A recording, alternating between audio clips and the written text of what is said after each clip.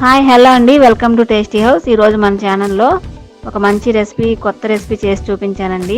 ఇదేంటంటే బాలింతలకైనా, ఇలా body pains ఉన్న వాళ్ళకి కానీ, బ్యాక్ పెయిన్, మోకాలు నొప్పులు ఉన్న వాళ్ళకి కూడా మంచి హెల్తీ ఫుడ్ అండి. ఇది చాలా సింపుల్గా కూడా చేసుకోవచ్చు, చాలా టేస్టీగా కూడా ఉంటుంది. పిల్లలు నీరసంగా ఉన్న పిల్లలకు కానీ ఎవరికైనా సరే, అలాగే ఇర్రెగ్యులర్ పీరియడ్స్ ఉన్న వాళ్ళకి కూడా బాగా పనిచేస్తుందండి. ఇది రెగ్యులర్ అవుతాయి పీరియడ్స్ కూడా. నేను వాడి మీకు చెప్తున్నానండి. మీరు కూడా తప్పకుండా ట్రై చేయండి. ప్రాబ్లమ్స్ ఉన్నవాళ్ళు రోజుకు ఒక లడ్డు చొప్పున తిన్నా కూడా మంచి హెల్త్ అనమాట. ఇంకెలా తయారు చేసుకోవాలో వీడియోలోకి వెళ్ళిపోయి చూసేద్దామండి. ముందుగా ఇక్కడ స్టవ్ వెలిగించి ఒక ప్యాన్ తీసుకుని, ఆ ప్యాన్లో ఒక 2 టేబుల్ స్పూన్లు నెయ్యి వేసుకుని, నెయ్యి కూడా హీట్ అయిన తర్వాత నేను ఫస్ట్గా ఇక్కడ గాండ్ అంటారు కదండి, అది వేసి చూపిస్తున్నాను. అది ఫ్లేమ్ని మాత్రం ఖచ్చితంగా సిమ్లో పెట్టుకునే వేయించుకోవాలండి, కాస్త ఓపిక్గా. చూసారు కదా, మనం వేసినప్పుడు గమ్లా ఉంది కదా, ఇప్పుడు కొద్దిగా వేగిన తర్వాత కలర్ మారి కొంచెం పైకి ఉబ్బినట్టు అనిపిస్తుంది. అవి వేయించుకుని పక్కన పెట్టేసుకోవాలి ఒక గిన్నెలోకి తీసుకుని. ఆ తర్వాత మళ్ళీ 2 టేబుల్ స్పూన్లు నెయ్యి కూడా వేసుకుని, పూల్మాకాని వేసుకుని 1 కప్పు వరకు తీసుకున్నానండి నేను. ఇవి కూడా ఫ్లేమ్ని మీడియం ఫ్లేమ్లో పెట్టుకునే వేయించుకోవాలి. సిమ్లో పెట్టుకుని ఒక 2 నిమిషాల పాటు వేగితే సరిపోతుందండి, ఎక్కువ వేగాల్సిన అవసరం లేదు. ఇవి కూడా వేరే ఒక గిన్నెలోకి ట్రాన్స్ఫర్ చేసేసుకోండి వేగిన తర్వాత. ఇప్పుడు ఇంకొక 2 టేబుల్ స్పూన్లు నెయ్యి యాడ్ చేసుకుని, దీంట్లో ఈ రెసిపీకి నెయ్యి ఎక్కువే పడుతుందండి. దీంట్లో నేను కొన్ని బాదం పప్పులు వేసాను. బాదం పప్పులు కొన్ని, వాల్నట్స్, అలాగే కొన్ని జీడిపప్పులు, కొన్ని పిస్తా పప్పులు కూడా వేసాను. ఇవి ఇన్ని అని లెక్క ఏం లేదండి, మనకి ఎన్ని కావాలంటే అన్ని వేసుకోవచ్చు.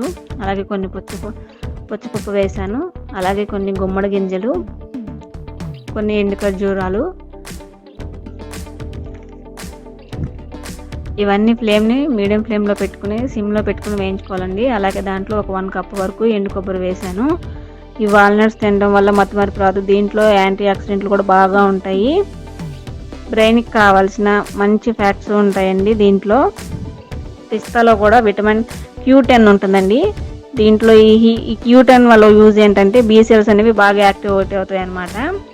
ఇంకా ఈ జీడిపప్పు, బాదం పప్పు ఇవన్నీ తినడం వల్ల, గుమ్మడి గింజలు ఇవన్నీ కూడా మన శరీరానికి బాగా బలమైనవి. ఇవన్నీ మీకు అందరికీ తెలిసినవే. ఇలా సిమ్లో పెట్టి ఇవన్నీ వేగిన తర్వాత వేరొక బౌల్లోకి ట్రాన్స్ఫర్ చేసేసుకోవాలి. దీంట్లో మళ్ళీ 2 టేబుల్ స్పూన్ల నెయ్యి యాడ్ చేసుకుంటూ, ఇక్కడ సూజీ రవ్వ అంటారు కదా, బొంబాయి రవ్వ, అది నేను ఒక 1 కప్ వరకు యాడ్ చేసుకున్నానండి. ఇది ఖచ్చితంగా సిమ్లో పెట్టుకునే వేయించుకోవాలి, మీడియం ఫ్లేమ్లో కూడా కాదు. సిమ్లో పెట్టుకుని ఒక 2 నుంచి 3 నిమిషాల పాటు వేయించుకోవాలండి. కొద్దిగా కలర్ చేంజ్ అయ్యి మంచి స్మెల్ వస్తుంది. అప్పుడు దీన్ని వేరొక ప్లేట్లోకి ట్రాన్స్ఫర్ చేసేసుకోవాలి. తర్వాత ఇప్పుడు వేరొక గిన్నె పెట్టుకొని దాంట్లో నేను ఒక 100 గ్రామ్స్ వరకు బెల్లం తీసుకున్నానండి.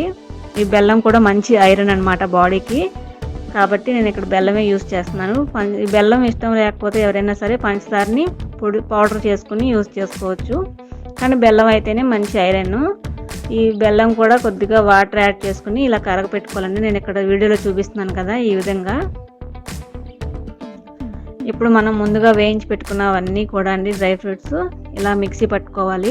ముందు నేను గాండు, పూల్మాకాని వేసి, చూసారు కదా, ఇలా మరీ మెత్తగా కాకుండా రవ్వగా ఉండేలాగా మిక్స్ చేసుకోవాలి. ఇలా వేసుకున్నది ఒక ప్లేట్లోకి ట్రాన్స్ఫర్ చేసి పక్కన పెట్టుకోండి. అలాగే తర్వాత జీడిపప్పు, బాదం పప్పు, ఈ గుమ్మడి గింజలు ఇవన్నీ ఉన్నాయి కదా, ఇవన్నీ కూడా వేసుకుని ఇలా నేను చూపిస్తున్నాను చూసారు కదా, కొంచెం పలుకుగానే గ్రైండ్ చేసుకోవాలండి. అప్పుడు అది పక్కన పెట్టేసుకుని, ఇప్పుడు వేరొక ప్యాన్ తీసుకుని దాంట్లో ముందుగా మనం వేయించి పెట్టుకున్న బొంబాయి రవ్వ, మనం మిక్సీ పెట్టుకున్నాం కదా, ఇవన్నీ డ్రై ఫ్రూట్స్, ఇవన్నీ ఈ పౌడర్ అన్నీ కూడా ఒకదాని తర్వాత ఒకటి వేసేసుకోవాలి. ఇలా వేసుకున్న తర్వాత దీంట్లో 2 టేబుల్ స్పూన్ల వరకు నేను నువ్వులు యాడ్ చేస్తున్నానండి, తెల్ల నువ్వులు. ఈ నువ్వులు అనేది తినడం వల్ల ఏంటంటే ఇర్రెగ్యులర్ పీరియడ్స్ ఉన్న వాళ్ళు కూడా రెగ్యులర్ అవుతాయి. అలాగే ఒక 1/2 టేబుల్ స్పూను జింజర్ పౌడర్ వేసానండి. 2 టేబుల్ స్పూన్లు యాలకుల పొడి వేసాను. ఈ పొడులన్నీ కూడా ఒకసారి కలిసే విధంగా మిక్స్ చేసుకోవాలి. ఇప్పుడు మనం ముందుగా బెల్లం పాకం పట్టి ఉంచుకున్నాను కదా, నేను ముందుగా వడపోసుకుని ఇలా గిన్నెలోకి ట్రాన్స్ఫర్ చేసుకున్నానండి. ఇప్పుడు ఆ బెల్లం పాకం అంతా దీంట్లో కొద్ది కొద్దిగా వేసుకుంటూ ఇది మళ్ళీ మిక్స్ చేసుకుని ఉండ అయ్యేలా చూసుకోవాలండి. ఇలా చిన్న చిన్న ఉండలుగా అయినా చేసుకోవచ్చు, లేదా మీకు ఉండలు ఇష్టం లేకపోతే ఇలా పొడిగా అయినా సరే తినొచ్చండి. ఎలా అయినా సరే మన కంఫర్ట్. మిగిలినవి కూడా ఇలా ఉండలలాగా చేసుకొని సర్వింగ్ ప్లేట్లోకి తీసుకుని సర్వ్ చేసేసుకోవటమే అండి. చూసారు కదా, చాలా సింపుల్గా అనిపించింది అనుకుంటున్నాను. మీకు కూడా ఈ వీడియో నచ్చుతుందని అనుకుంటున్నాను. మీరు కూడా తప్పకుండా ట్రై చేయండి. ఈ వీడియో నచ్చితే లైక్ చేయండి, షేర్ చేయండి, మన ఛానల్ సబ్స్క్రైబ్ చేయండి. మీ ఫ్రెండ్స్కి రిలేటివ్స్కి కూడా షేర్ చేసేయండి.